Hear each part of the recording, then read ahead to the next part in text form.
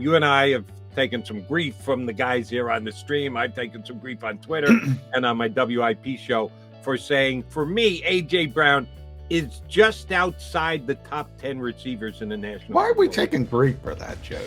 What? That's not an insult. It really isn't.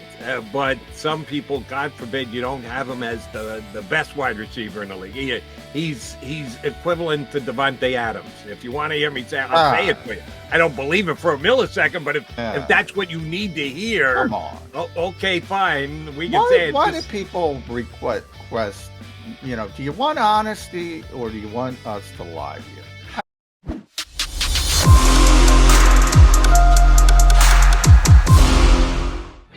You got your Mag guys here on Birds 365. Thank you for tuning in to the JAKIB Media YouTube channel. Feel free to go ahead and hit that like button while you're at it. Subscribe to the channel, and we appreciate your patronage here with us on Birds 365. J-Mac, as I mentioned, we've got EJ Smith joining us coming up in about 20 minutes from now. I think we've had EJ on once before.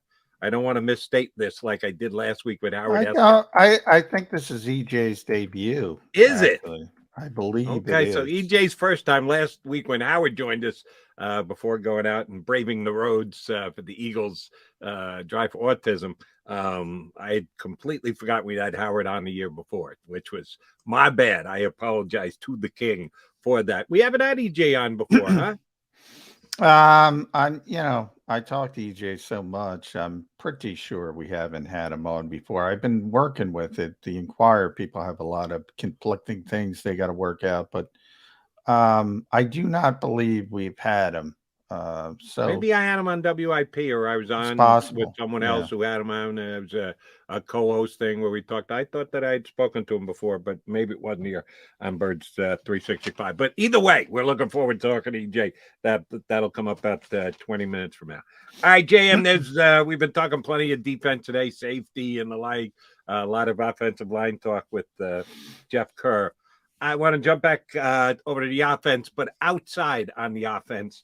And the Eagles' major offseason addition, of course, was the big wide receiver trade on draft day when they picked up A.J. Brown. You and I have taken some grief from the guys here on the stream. I've taken some grief on Twitter and on my WIP show for saying, for me, A.J. Brown is just outside the top 10 receivers in the National Why are we taking grief for that, Jody? What? That's not an insult. It really isn't. But some people, God forbid, you don't have him as the best wide receiver in the league. He's equivalent to Devontae Adams. If you want to hear me say, I'll say it for you. I don't believe it for a millisecond, but if that's what you need to hear, come on. Okay, fine. We can say it. Why do people request, do you want honesty or do you want us to lie to you? I don't understand it. Nor do I. But I've given you where I think. And, oh, by the way, much like Jonathan Gannon's defense, these lists are fun to be made up each and every single offseason. And then you play the next season, and guess what? The list changes. It is fluid. Guys can have great seasons, breakout seasons, and they move up significantly.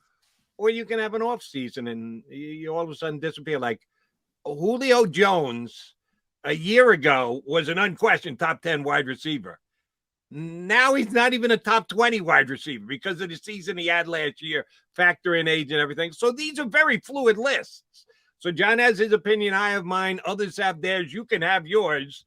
I just don't know why you get so ticked off when our list doesn't match up with your list, but that's okay.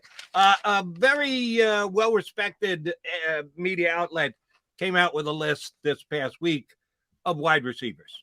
And I thought it was interesting the way that they laid it out. They had their groupings or I think they called them tiers, different tiers of wide receivers. And Pro Football Focus tiered the wide receivers going into this upcoming year in the National Football League. They had their tier one, which they termed elite, the elite wide receivers. And for those of you out there who attacked either me or John because we didn't have A.J. Brown quite in the top 10, Pro Football Focus doesn't have him in the top 8 either. May sound to me like some Eagle fans had A.J. Brown as a top 5 wide receiver already. He's not there yet. Could be by the end of the year. Isn't there yet. The 8 elite wide receivers, Devontae Adams, Cooper Kupp, Hopkins, Diggs, Tyreek Hill, Jamar Chase. They moved him in there pretty quickly, but I think he deserves it with the kind of season that he had. Justin Jefferson and Mike Evans. Those are, as per Pro Football Focus, the 8 elite wide receivers in the National Football League. Then their next group was young, on the cusp of becoming elite, but not quite elite yet. Number 9, Deebo Samuel. Number 10, A.J. Brown. So they got A.J. Brown ranked as their 10th wide receiver in the league. God forbid John and I had him 11th or 12th, but that's where Pro Football Focus had him, and I guess that's acceptable because that dividing line of top 10 is so all important.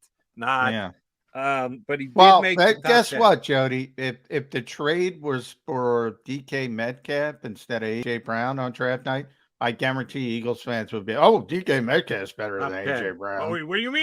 He's top 10. How do you have him outside the top 10? So when we have him, maybe, I forget when we did it, but maybe it was DK 11 and AJ Brown 12. All right. Yeah. Well, maybe he's better. Maybe he's not. But come on, people. But I'd like that top 8. I think that would be my top 8, to be honest. I'm trying to think if I'd put somebody else in there. Diggs was in there, right? He's got to be in there. Diggs is top 8, yeah. The elite was Adams, Kupp, Hopkins, Diggs, Tyreek Hill, Jamar Chase, Justin Jefferson, and Mike Evans. Yeah, I have no arguments with that group. And here's another thing. This is going to be a Sophie's choice because I've said this pretty consistently. Ultimately, you said these things are fluid, and they are fluid. I think a couple years from now, I think Devontae Smith is going to be better than A.J. Brown. So what do you think of that? Stick that in your pipe and smoke it. You can't criticize that, can you? Maybe you can. Yeah, exactly. But it gets to a Sophie's Choice type decision that Eagle fans have to make. See, here's a guy who jumped on the stream, Davey Boy. Not only is it an insult to say A.J. Brown isn't a top 10 wide receiver, it's meritless bullshit. No, it's our opinion. It's what it is, Davey. No, it's an outrage, Jody. It is the worst thing that has ever happened in the history of the world. Just let me say, I think he's a very good player. I don't think he's a top 10 receiver. I'm sorry. Let's again put it in its proper perspective, and people just like to dismiss this. I am ready, willing, and able to put A.J. Brown in the top 5 wide receivers next year. Come in here and do it. Come in here and make 90 catches. Come in here and get 1,400 yards. Of the elite 8 that we just ran down in this, again, Pro Football Focus is not even necessarily McMullen's and McDonald's, even though we're both kind of record saying, yeah, we've got no problems with the top 8, the elite 8, and they're probably the 8 that we have had. Yeah, I think Diggs you could go by Diggs. It's probably not going to happen with Josh Allen, but he had a little bit of a backslide last year from the previous year. DeAndre Hopkins is going to miss the first 6 games of the season. Kyler Murray may or may not want to play in, he may be catching. Who the hell is their backup quarterback? And I can't remember.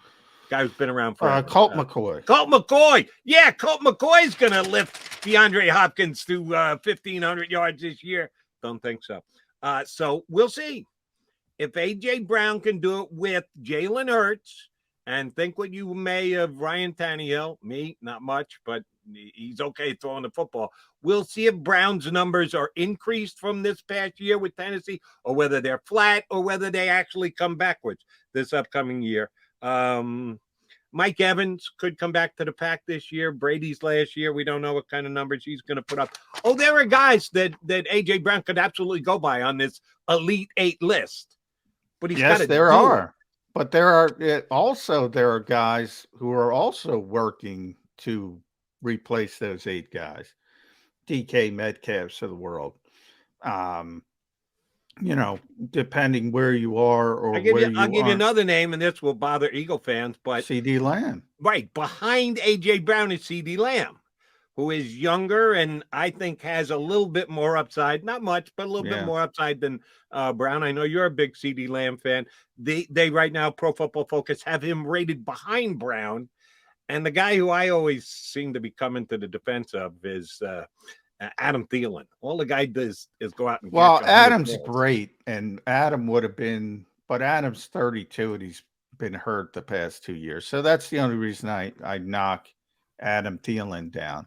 But there's some veteran guys. Yeah. I mean, if you want to start talking about guys like that who can, if he plays 17 games, that's my question. Is he going to be able? He's such a good freaking route runner. He catches everything, but it's hard for me to imagine that those injuries tend to stop. But as far as young guy, T. Higgins in Cincinnati, like nobody pays attention because it's Cincinnati and they have Jamar Chase. But my God, he's good. For the veteran route, Chris Godwin. What about Chris Godwin? He's in the conversation. And Jalen Waddle, Devontae Smith, the younger guys, as I mentioned, I think Devontae Smith is going to be a hell of a receiver in this league. People seem to overcome that. I mean, Devontae's a better route runner than AJ Brown.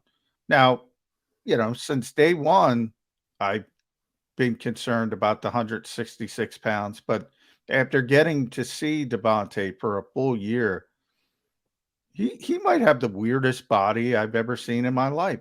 He's got these weird, gigantic hands. He's so long. He's so strong, but he's wiry. You think about, 166-pound guy, you think he's weak, right? He can't get up press coverage. He actually can. Yeah. He's an amazing, amazing potential receiver. Just so gifted.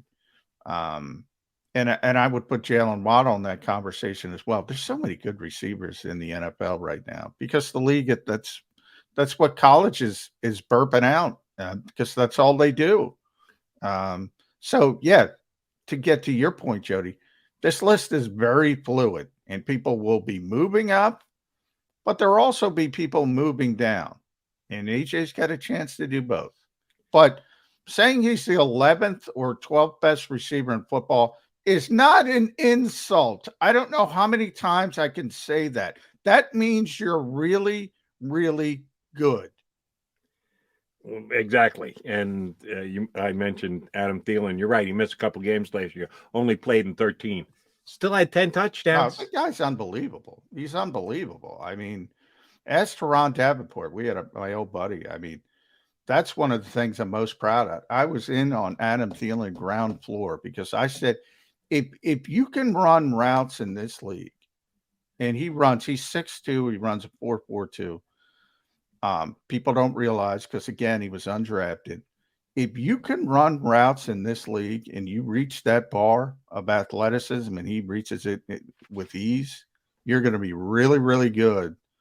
And that's why another reason I think Devontae Smith is going to be really, really good because he can run routes with the best of them, and he's only going to get better. And let me just wrap up this wide receiver list thing, and then we're going to have EJ Smith from the Inquirer join us. Mentioned the tier ones, tier twos, which is where AJ Brown factors in. Behind him are DJ Metcalf, CD Lamb, T. Higgins, McLaurin. Tier three, Godwin is a tier 3 guy. I think he's pretty darn good. Did he lead the National Football League? He led in some categories, receptions last year, yeah, he was yards over or yards per carry. I forget when he got hurt. If it was the year before. When did he get hurt last year? I think he had a bigger numbers year than Evans did. I think Evans is more of a playmaker and a touchdown. Yeah, he got hurt. He got hurt late. So he played 14 games, 98 catches. 98 catches in 14 games. We're waiting for some of these other guys who are ranked ahead of him to get to their first ever 98. And by the catch way, in year. 2019, 86 for 1,333.